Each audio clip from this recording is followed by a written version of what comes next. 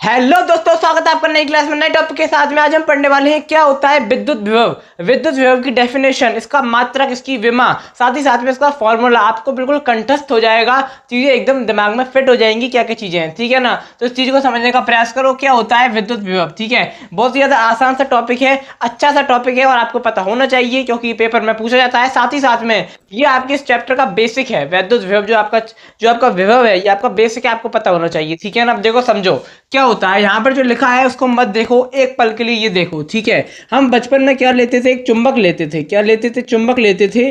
और चुंबक के चारों ओर का एक क्षेत्र होता था। ठीक है ना, ये चारों ओर का एक चुंबक का क्षेत्र होता था, जिसमें कोई अन्य चुंबक जब आती थी तो वो दूर भाग जाती थी या चिपक जाती थी। होता था ना ऐसा। तो ये क्या कहलाता था? चुंबकीय क्षेत्र कहलाता था। अब यहाँ पर हम लोग क्या पढ़ रहे हैं? अब हम यहाँ पर आवेश को पढ़ रहे हैं। ठीक है ना, आवेश को पढ़ रहे हैं तो यहाँ पर क्या होगा? यहाँ पर एक विद्युत क्षेत्र होगा। आवेश, ये आवेश है।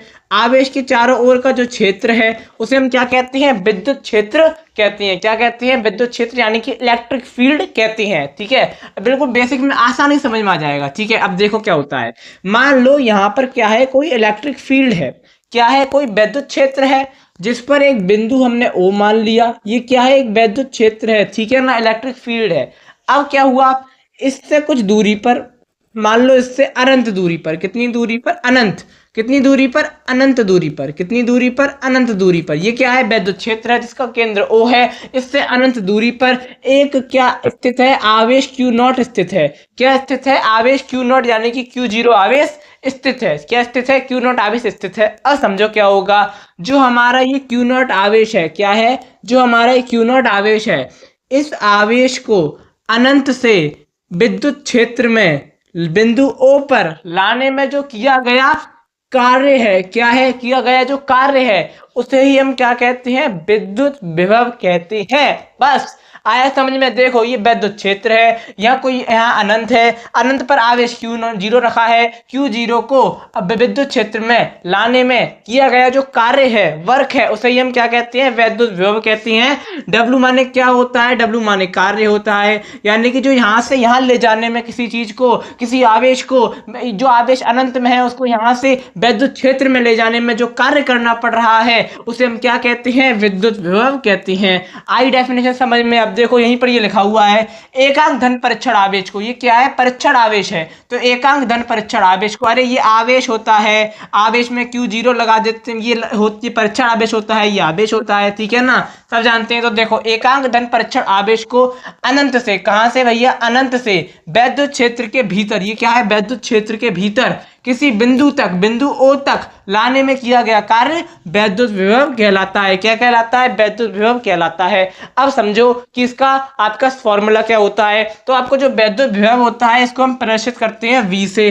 किससे प्रदर्शित करते हैं? V से प्रदर्शित करते हैं। विभव इज इक्वल टू होता है कार्य अपॉन में आवेश। ठीक है, तो V is equal to W upon में Q0। ठीक है ना, क्या हो जाएगा? V is equal to W upon में Q0। W क्या है? आपका कार्य है। Q0 आपका क्या है? आवेश है, परीक्षण आवेश है। ठीक है, और V क्या है? आपका विभव है। अब इसका मात्रक कैसे निकालोगे? आपका W यानी कि कार्य। कार्य का मात्रक क्या होता है? कार्य का मात्रक क्या होता है? कार्य का मात्रक आपका जूल होता है। क्या होता है? जूल होता है। और आपका आवेश का मात्रक क्या होता है? पूरा चैप्टर यही पढ़ते पढ़ते निकल गया। क्या होता है? आवेश का मात्रक कूलाम होता है। तो जूल प्रति कूलाम आपके विभव का क्या हो जाएगा? विद्युत विभव का मात्रक हो जाएगा, जूल प्रति कूलाम। या फिर इसको कभी कभार बोल्ट भी कह देते हैं, आपको याद रखना है। जूल प्रति कूलाम कहो या बोल्ट कहो, ये आपका क्या है? विद्युत विभव का मात्रक है। क्या है? विद्युत विभव का मात्रक है। अब इसकी विमा क्या होती है? तो इसकी विमा होती है ml2t-3a-1, ml2t-3a-1। अब आप कहोगे कैसे निकालते हैं? पूरी एक क्लास इसके ऊपर मैं डेडिकेटेड लाने वाला हूं कि विमा को किस प्रकार से निकालना है। फिर आप हर एक चीज की, किसी भी विद्युत विभव हो, विद्युत क्षेत्र की तीव्रता हो, कुछ भी हो, सबकी आप विमा आसानी से निकाल दोगे। ठीक है ना, तो अब आपको समझ में आ गया होगा कि क्या होता है विद्युत विभव। बताओ क्या होता है? एकांक धन परीक्षण आवेश को, एकांक धन परीक्षण आवेश कहाँ रखा है, अनंत पे रखा है। तो एकांक धन परीक्षण आवेश को अनंत से विद्युत क्षेत्र में किसी बिंदु O पर या किसी बिंदु पर लाने में जो किया गया कार्य है, यानी कि जो W है, उसे हम क्या कहते हैं, विद्युत विभव कहते हैं। विद्युत विभव को V से प्रदर्शित करते हैं। V is equal to W upon Q0।